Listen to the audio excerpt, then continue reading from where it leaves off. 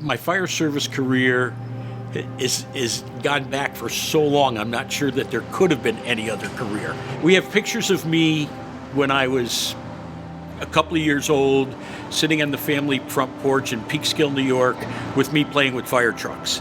Every time we went back to Brooklyn to see relatives, my uncle would take me around the corner to the fire station. In my kindergarten year, the school didn't have enough space for kindergarten, and we ended up having kindergarten class in the fire station, where I later became a volunteer firefighter. So really, my life has been shaped by the fire service. As I was growing up, it was the area was protected by a volunteer fire service, and I was able to join as a junior member. I was 16, 17, and it was just a nice way to pay back the community. My older brother had been a volunteer firefighter, and we had neighbors that were volunteer firefighters, so I joined a local volunteer firefighting organization and helped to make sure our community stayed safe. I was working for a medical supply company out of the Hudson Valley, and they had a location here that I came up to manage, and truly fell in love with the area. Continued my search for a position in the fire service, managed to stay here in Pittsfield, and it's been a great opportunity. This community is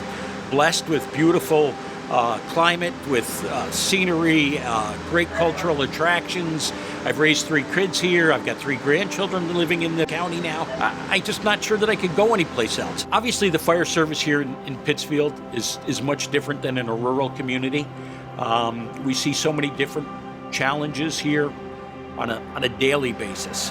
One of the things that again, I would never anticipate as a EMT first responder in my 32-year career here. I was the first one through a door on, I think, 4 different murder scenes. That kind of gets to you because it's, typically very senseless things. But probably the things that stand out most are just the most recent. As you know, in the last 6-8 months, we've had 2 fires that resulted in a total of 5 fatalities. And to me, that's ridiculous. I mean, for the want of a $10 smoke detector, for a $1 battery, people could be alive today. And that to me is scary. I wonder how many more homes in our community are not protected, okay? They don't have a working battery in that smoke detector. Maybe not even have the smoke detector. It's taken down because of, cooking smoke or whatever. And that's the one thing I can just, implore upon people is to please, check your smoke detectors. Make sure there's fresh batteries in there. Change them out. Every change of the clock, change your batteries. Every 10 years, smoke detectors need to be replaced. Every 5 years, carbon monoxide detectors need to be replaced. The fire in Lake Inota Village, we lost a set of 6-year-old twins. And that to me was very difficult because I have a grandson that's about to turn 6, within the next couple of months.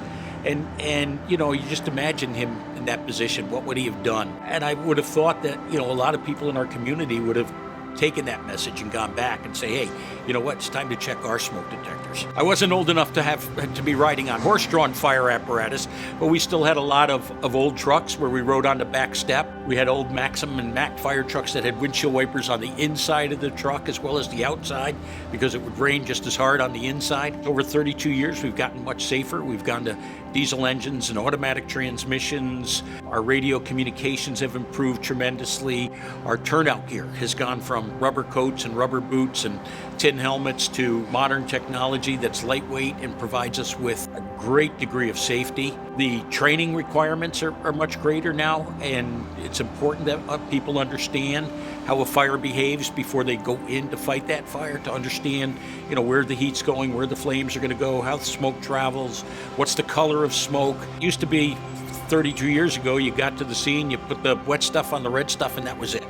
And now there's a science. There's been many, many, many heroic saves. Lieutenant Steve Huska pulled a young kid from a roof on Fairfield Street. In more recent history was a fire down on Merriam Street, where I believe it was firefighter Matt Mazzio and Tim Conroy went in and found a youth who was in his bedroom. His father was cooking and fell asleep while he was cooking. The kitchen caught on fire, and that crew went in and went over the front porch roof into the second floor, grabbed that kid and got him out of there, and he survived that fire. Firefighters, we'll all just say there, you know what, that's part of our job. We do that every day. And it is. I was given the humanitarian award one year for pulling a gentleman out of a fire in East Housatonic Street many years ago. It's a lot nicer to see that people will try to help their brother before we arrived, either helping people out of a burning house, performing CPR, doing things like that. And I just think to give a thanks and shout out to those people as well, to be, courageous enough and brave enough. The most rewarding part of this job is truly the people we work with. Our biggest asset here in the fire service are the firefighters, the fire officers, the civilian staff that we have here. We work together as a team. We've got 4 separate groups of firefighters that rotate around the clock, and that's truly rewarding, is that these guys come to work, they want to train, they want to be here, and they're willing to do the work, protect this community and its citizens, its visitors every day. We've become good friends and family over the years. Next week I'll be playing golf with one of those guys that I fought fires with 40 years ago. That's what a tight-knit community the fire service is. My previous leaders of this fire department did a great job. I'd like to think that, we built on that. We had vision, we moved forward. In my time frame, we've gotten 3 new engines, 1 new ladder truck, we've bought a couple of used engines, we've got new turnout gear, we've got new self-contained breathing apparatus. So again, we've changed training and things to meet the demands of the modern fire service. I'd like to think that my successor will have that same vision, not have the status quo, let's just wander around like a rudderless ship. I want to see this place continue to move forward, and I'd be willing to give them advice.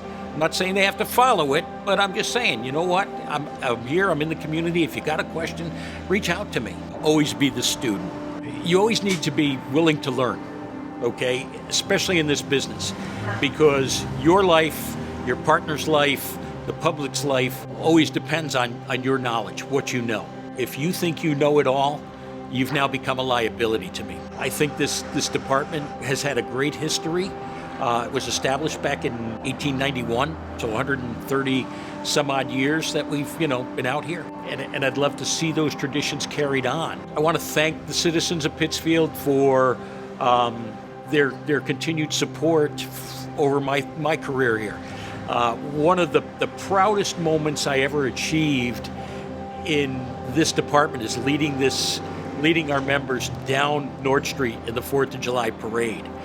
And the thunderous applause that just moves down that street with us is phenomenal. How their hats still fit us, I don't know, because I think our heads grow 3 times. And I hope that the community continues to support this organization. One thing I'd like to do before I die, that's a tough question. It's not like skydiving or anything like that. Just enjoy life.